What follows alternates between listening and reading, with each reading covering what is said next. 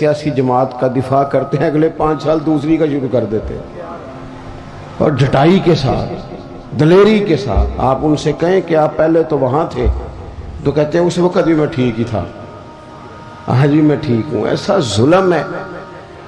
اور عوام بیچاری، زیادتی بیسیکلی ان لوگوں کی ہوتی ہے جو جذباتی ووٹر سپورٹر ہو جاتے ہیں۔ آپ کو پتہ ہے اس وقت قوم کی حالت کیا ہے؟ اس وقت غریب آدمی جو ہے نا بیچارہ، اس کے لیے 2 وقت کی روٹی اور ضروریات زندگی مشکل کر دی گئی ہیں،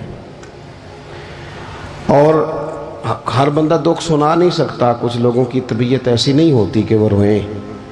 امیر لوگ جو ہوتے ہیں ان کو تو مہنگائی فائدہ دیتی ہے، جو کاروباری وہ تو چیزیں سنگل لی تھی وہ ڈبل ہو گئیں، ان کا تو ڈبل ریٹ لگ گیا، لیکن غریب کی مزدوری میں اضافہ نہیں ہوتا، حالات بگڑتے ہیں۔ لیکن ہمارا حال یہ ہے کہ ہماری کاریں اللہ نے دی تھی اپنے فضل سے، لیکن وہ کار، وہ کوٹھی، وہ بنگلہ، وہ ڈیرا، وہ کار کبھی کسی غریب کو ہسپتال لے جانے کے کام تو نہیں آتی، لیکن کوئی سیاسی جلسہ ہو تو پھر وہ نکل آتی ہے باہر، پھر اس پجاروں پہ جھنڈا لگ جاتا ہے۔ یاد رکھنا، صحیح حدیث میں موجود ہے، نبی پاک علیہ السلام نے فرمایا ہے اللہ قیامت کے دن تم سے یہ بھی پوچھے گا مال کمایا کہاں سے تھا، اور تم مالک نہیں ہو اس کے، تمہیں امانتاً دیا گیا ہے۔ تم مالک ہوتے پھر تمہیں حساب دینا پڑتا، تم مالک نہیں، امانت ہے، اللہ کی نعمتیں تمہارے پاس۔ ثم لتسألن یومئذ عن النعیم، ایک ایک نعمت کے بارے میں تم سے پوچھا جائے گا۔ تو حضور فرمانے لگے یہ بھی پوچھا جائے گا کمایا کہاں سے تھا، اور یہ بھی پوچھا جائے گا کہ لگایا کہاں تھا، تم نے حساب دینا ہے۔ یہ جو میں نے فلانے چودھری کے سپورٹر بن کے فلاں کر کے دفتر بنا کے مال لگایا، تو اللہ نے پوچھنا ہے کہ غریب تو ترستے رہے، ایک ایک سرکاری بیڈ پہ 3 لوگ لیٹے رہے، یہاں تو رات کو مائیں اپنے بچوں کو کہانیاں سناتی رہیں کہ بیٹا 6 کو مہینے مشکل ہیں تمہارے باپ کے، یہاں تو بڑی عید والے دن بھی اس کو گوشت ملا جو اپنی عزت کی پرواہ نہ کی اور شاپر لے کے مانگنے چلا گیا، اور اسے چودھری صاحب نے کہا لائن بنا لو، لائن۔ تو بتا رب نے جب تجھے دیا تھا لائن میں لگا کے دیا تھا، لائن میں لگ کے تو نے لیا آج تو، اور پھر ایسی زیادتی ظلم کی بات ہے، تو دے کے بھی لے گیا تھا 4 بوٹیاں پھر آ گئے، تو کہہ رہا ہے جو خدا، جسے خدا نے اپنے فضل سے دیا ہے، خدا نے ان کو عطا کر دی خواجگی کہ جنہیں خبر نہیں تھی کہ روش بندہ پروری کیا ہے۔ اور حضرت وارث شاہ نے کہا تھا وارث شاہ مان کری نہ وارثاں دا، رب بے وارثہ کر کے مار گئی، ڈر اس کی بے نیازی سے، اور بے پرواہی ویک سجن دی جتھے کسے دی پیش نہ جاوے، انہیں تاجاں والے در در رولے تے منگتیاں تخت بٹھاوے، اوے سجنا کسے نو کارا مل دئی کوئی کعبے او خالی آوے۔ تو یہ اگر اللہ کبھی عطا کرے تو پھر اس پر اتنا زیادہ تکبر، اللہ تعالیٰ معافی کی توفیق عطا کرے۔ تو بات جو عرض کرنے جا رہا تھا وہ یہ ہے کہ ہمارے ہاں کچھ لوگوں کے پیچھے چلتے ہیں، پھر انہیں اندازہ ہوتا ہے کہ اوہو یہ جس کو میں سیاسی لیڈر مانتا رہا یہ تو بندہ ہی ٹھیک نہیں تھا، لیکن کائنات میں ایک ہستی، صرف ایک ہستی ہے میرے رسول پاک کی، غیر مشروط اطاعت کرو اور مبالغے کے ساتھ چاہو، اور جس اینگل سے ٹٹولنا چاہو ٹٹول لو، تیری صورت تیری سیرت زمانے سے نرالی ہے، اور تیری ہر ایک ادا پیارے ادائے بے مثالی ہے۔ آپ کو لوٹنا نہیں پڑے گا، آپ جتنا جتنا حضور کو پڑھتے جائیں گے نا، جتنا جتنا، ہمارا مسئلہ یہ ہے کہ ہم ہیں سارے جذباتی مزاج کے لوگ، جذباتی، یعنی وہ ہمارے ہاں رواج بن گیا، نقیب صاحب آتے ہیں نا جب وہ سٹیج پہ تو وہ پھر بیچارہ 2 دفعہ بھاگ کے ادھر جاتا ہے، 3 دفعہ ادھر جاتا ہے، پھر وہ کہتا ہے تیار ہو جاؤ میں جملہ دینے لگا ہوں۔ تو جملہ دینے لگا کہ ایٹم بم چلانے لگا ہے؟ دے جو دینا ہے تو نے جملہ، کیا تیرے جملے میں کیا چھپا ہوا ہے؟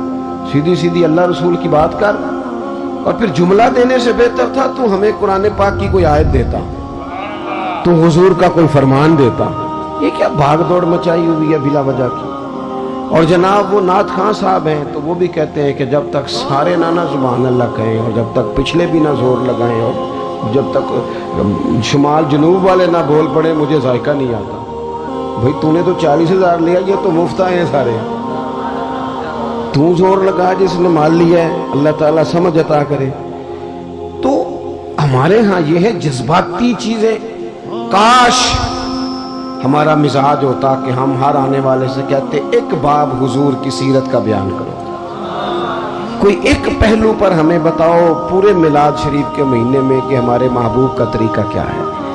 ہماری طبیعت ہوتی کہ ہر جمعے میں اگر ہم شوق پیدا کر لیں نا جمعے میں وقت پہ جائیں, تو میری طرح کا نکمہ مولوی بھی ہو تو وہ تیاری کرنے لگ جائے گا, لیکن ہم جاتے ہی نہیں. ہم تو آخری 10 منٹ میں جائیں گے تو وہ بھی 10 منٹ کی تیاری کرے گا, پہلے دیواروں کو سنانا ہے اس نے. جب تک ہم حضور کی مکمل سیرت کو نہیں پڑھتے, سیرت عالیہ کا پورا مطالعہ نہیں کرتے, جئیں گے تو صحیح پر جینے میں مزہ نہیں آئے گا. جن لوگوں نے مکمل پڑھ لیا تھا نا, محبوب کو دیکھ لیا تھا, سمجھ لی تھی چیزیں, اپنی فہم میں اتار لی تھی, ان کو پھر لطف آیا, جینے کا بھی مزہ آیا اور دنیا سے جانے کا بھی مزہ آیا. وہ لوگ جب دنیا سے جاتے تھے نا, صحابہ اور اہل بیت, تو وہ رو رو کے نہیں جاتے تھے. ان کے مزاجوں میں, لفظوں میں, جملوں میں کوئی مایوسی نہیں نظر آتی تھی. وہ یہ نہیں کہتے تھے میرے بچوں کا خیال کرنا, وہ یہ نہیں کہتے تھے او ہو فلانے چیز کا دھیان رکھنا, ان کو یہ نہیں کہنا پڑتا تھا فلانی جگہ بڑی مشکل ہے وہ حل کر دینا, بلکہ وہ تو بچے چھوٹے چھوٹے ہیں, گھروں میں بیٹھے ہیں, بیویاں بیوہ ہو رہی ہیں, لیکن وہ جب میدانوں میں تیر کھاتے تھے تو کہتے تھے رب کعبہ کی قسم آج تو اللہ نے کامیابی عطا کر دی. وہ تو کہتے تھے کامیاب ہو کے جا رہے ہیں, کامیاب. حضور کی سیرت مبارکہ پر غور کیا جائے, اپنی زندگی کو سنت اور شریعت کے سانچے میں ڈھالا جائے. اور سنت اور شریعت ظاہری اولیاء کا نام نہیں, فقط اولیاء بنا لینا دین نہیں. فقط آپ کی توجہ ہے میری بات پر؟ اور بعض لوگ میری طرح پگڑی داڑھی والے ہو جاتے ہیں تو وہ سمجھتے ہیں میں نے کل دین اختیار کر لیا. اس سے بھی ہمیں بچنا ہے. نبی پاک علیہ السلام کا جو سب سے پہلا تعارف ہے نا, وہ تو صادق اور امین ہونے کا ہے. تو دیکھا تو یہ جائے گا تو سچ کتنا بولتا ہے. تیری سنت اور شریعت اور حضور کے دین پر چلنے کا آغاز تو یہاں سے ہوگا کہ تو دیانتدار کتنا ہے. تیرے ساتھ اگر کوئی مالی لین دین کرتا ہے تو تیرے اندر صفائی کتنی ہے. بات یہاں سے. میرے پیر بھائی آئے ہوئے تھے تھوڑے دن پہلے کافی سارے, تو میں ان کو کہہ رہا تھا کہ یاد رکھنا اگر تمہارا لوگوں سے لین دین ٹھیک ہوگا نا, بیوی کو ڈانٹو گے نہیں, گالی نہیں دو گے, تو خود بخود سمجھ آ جائے گی کہ پیر صاحب تربیت ٹھیک کر رہے ہیں. اور اگر میری کرامت ہی سناؤ گے نا گھر جا کے, اور کوئی پابندی نہیں, کوئی اخلاق کا پتہ نہیں, تو پھر وہ صاف صاف کہے گی اے دسیا تینوں تیرے پیرا نے. یہ سبق دیتے ہیں استاد جی. پھر نری کرامتیں سنانے سے تھوڑے کوئی مطمئن ہوتا ہے. عزیز, صرف ظاہری حلیہ نہیں, سب سے زیادہ ضروری ہے زبان کی سچائی, مال میں صداقت, صفائی. آپ لین دین کے پورے. ہمارے ہاں لوگ کہتے ہیں فلانے چودھری صاحب نے بیٹی کو حصہ نہیں دیا, تو میں کہتا ہوں جس کی 5 مربع زمین ہے اس کی بیٹی کا بھی حصہ بنتا ہے, اور جس کا 5 مرلے کا گھر ہے نا, پوچھ لینا مفتی صاحب سے, حصہ تو اس کا بھی بنتا تھا, تو اس نے کیوں نہیں دیا؟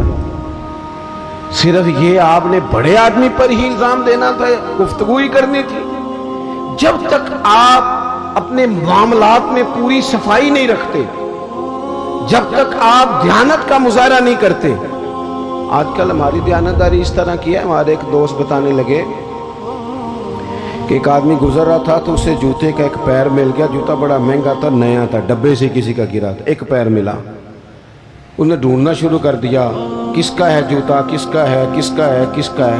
وہ گلیوں میں آوازیں دیتا جا رہا ہے, اور کسی کا جوتا گر گیا ہے. تھوڑا سا آگے جا کے نا اسے دوسرا پیر بھی مل گیا, اور اس نے مالک ڈھونڈنا بند کر دیا. اس نے کہا ٹھیک ہے اب ضرورت نہیں. جب تک وہ ایک تھا نا, دیانتداری عجیب ہے نا. یعنی کسی کو کہے نا یہ مرغا بیمار تھا تو ذبح نہیں ہوا تو مر گیا ہے, تو وہ کھائے گا تو اسے الٹی آئے گی, کہے گا یہ حرام ہے. صحیح کہہ رہا ہوں, میری بات ٹھیک ہے؟ وہ مرغا جو 500 کا ہے وہ حرام موت مرا ذبح نہیں ہوا تو وہ کسی کو کھلائیں تو الٹی آتی ہے، بھئی اس پہ الٹی آتی ہے تو 50,000 حرام کا ہو تو اس پہ الٹی کیوں نہیں آتی؟ 50 کروڑ حرام کا تو اس پہ الٹی کیوں نہیں آتی؟ یہ کیا بات ہوئی کہ اگر تھوڑی چیز ہے تو معاملہ اور ہے، بڑی ہو جائے تو